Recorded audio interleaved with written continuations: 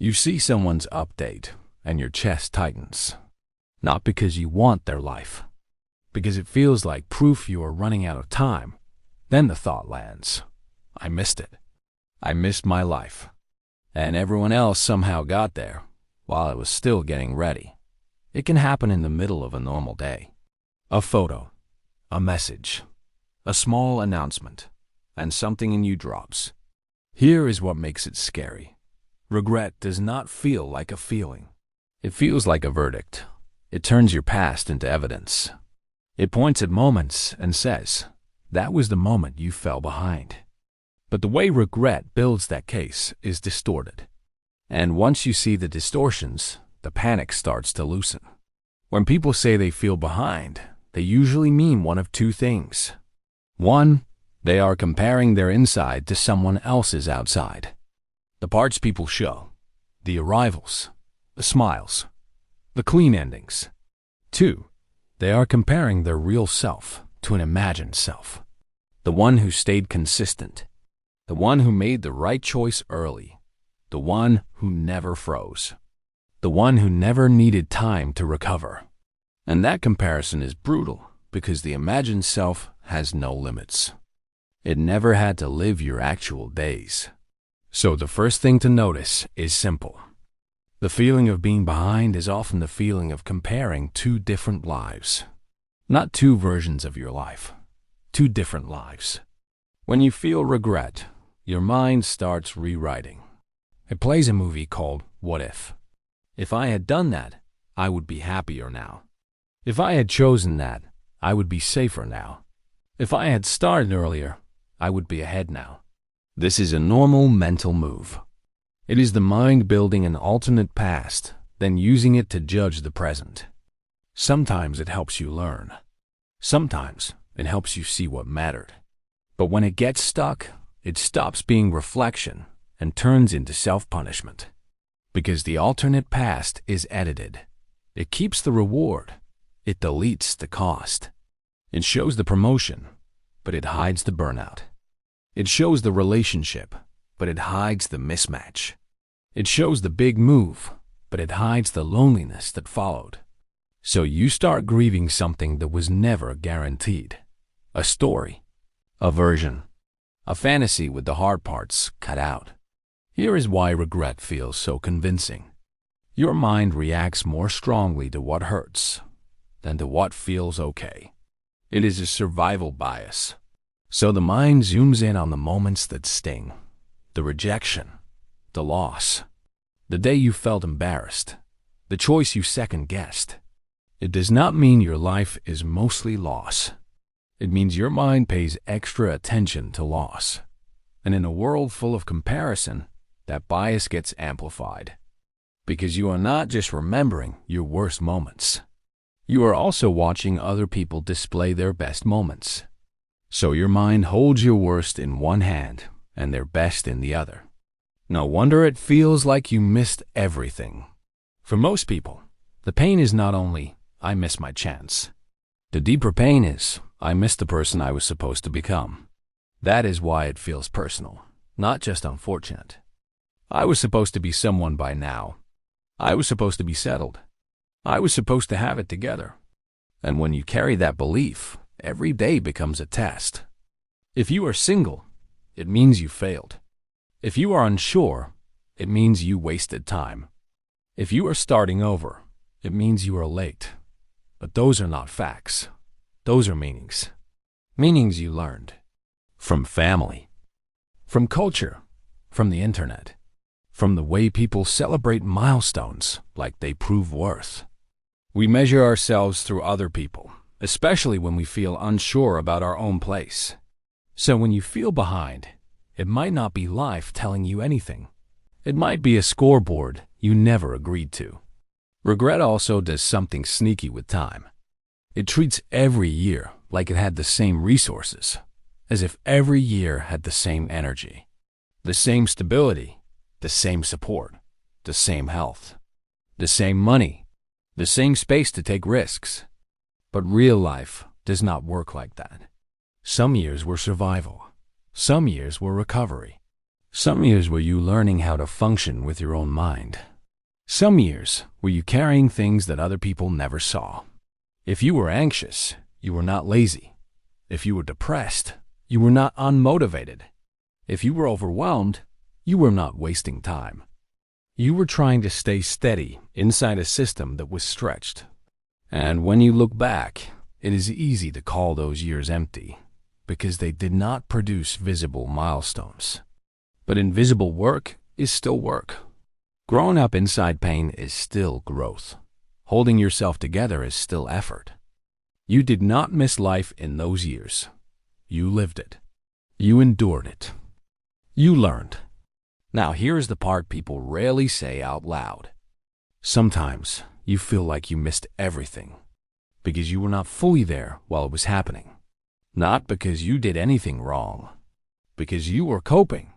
When you are in constant stress, your attention splits. One part of you is living. Another part of you is scanning, watching, checking, trying to stay acceptable, trying to stay safe.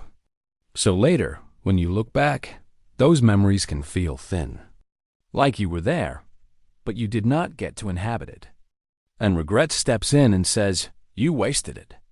But a more accurate sentence is this: I was there, and I was protecting myself. That changes the whole story. It turns blame into understanding. Let's name what you might have actually missed. Sometimes you missed certain experiences. That is real. Maybe you missed a relationship. Maybe you missed a season of confidence. Maybe you missed opportunities you now see clearly. You can admit that without turning it into a life sentence. Because missing some things is not the same as missing your life. Life is not a single train that leaves once. It is not one door that closes forever. It is a series of doors. Some open later. Some open after you change. Some open after you stop forcing yourself into a shape that never fit. Regret says you missed the only chance. Reality says you missed one version. And here's the honest part. That version might have been wrong for you. Not because you were incapable. Because you were a different person then. With different needs. With different limits. With a different kind of timing. There is a reason some people trigger your regret more than others. It is not always envy. It is resonance. They represent a life you were told to want. A certain kind of success. A certain kind of relationship. A certain kind of pace. So when you see them, your mind does not only compare. It turns their life into proof you are behind. But you can question that gently. Is that actually my desire? Or is that the desire I inherited? Because sometimes what looks like missing out is really you waking up to what never fit you.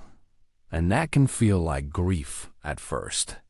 Then it can feel like relief. Another loop that feeds this feeling is regret avoidance. You delay choices because you are trying to avoid making the wrong one. You keep options open because closing one feels dangerous. You wait for certainty because uncertainty feels like future pain. So time passes. And then regret arrives and says, you waited too long. But the waiting was not always the problem. Sometimes the fear of regret was. That fear is protective. It is your mind trying to reduce pain. Seeing that clearly matters because it stops regret from sounding like a judgment. It starts to sound like a pattern. And patterns can change. Here is a perspective that can soften the panic. Even if you missed some things, you also avoided some things. You avoided relationships that would have drained you. You avoided lifestyles that would have hollowed you out. You avoided versions of success that would have looked impressive and felt wrong in your chest. You cannot see the parallel life where you suffer in a different way. So your mind assumes the other path was only better. But every path has a cost. Every timeline has a trade. That is why comparing outcomes is misleading. You never get to compare the full reality. Only the parts people show. Only the parts you imagine. So when your mind says, I missed everything, you can answer with something more accurate. I missed some things. And I also escaped some things I did not even notice at the time. That is not denial. That is balance. If you feel behind right now, your mind is probably speeding up. It is scanning for proof that you are running out of time. It is counting years. It is turning time into a threat. And when time becomes a threat, you start rushing. Not into life, into performance. You try to fix your life fast so you can stop feeling behind. But rushing often creates the exact emptiness you are scared of. Because you are so focused on catching up, you stop feeling the day you are in. You can be sitting in your room, doing nothing dramatic, and still feel like you are failing a race. So here's a gentler question. What would it feel like to stop treating your life like a deadline, even for 1 minute? You still care. You still want more. You still have a pulse in your hope. You are allowed to want change without turning time into a weapon. And regret hides one more thing. It hides the small good that has been real, not impressive, not worthy of applause. Just real. The friend who stayed. The day you laughed and meant it.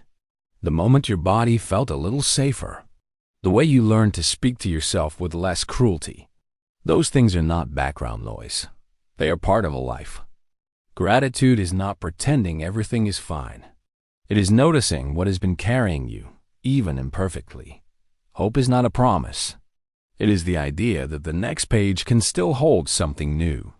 Self-love is not a speech. It is the moment you stop using your own life as evidence against yourself. If you have missed anything, maybe it is this. You have been living through hotter seasons than you admit, and you made it through. That is not nothing. That is your life. Maybe you missed less than you think.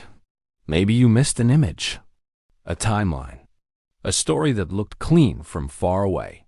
Your real life was meant to be lived by a human. It includes waiting. It includes detours. It includes choosing survival over speed. It includes lessons you will never brag about. So if regret has been visiting you, let it be information. Let it point to what you value, what you want more of, what you are ready to take seriously. You can hold that with steadiness.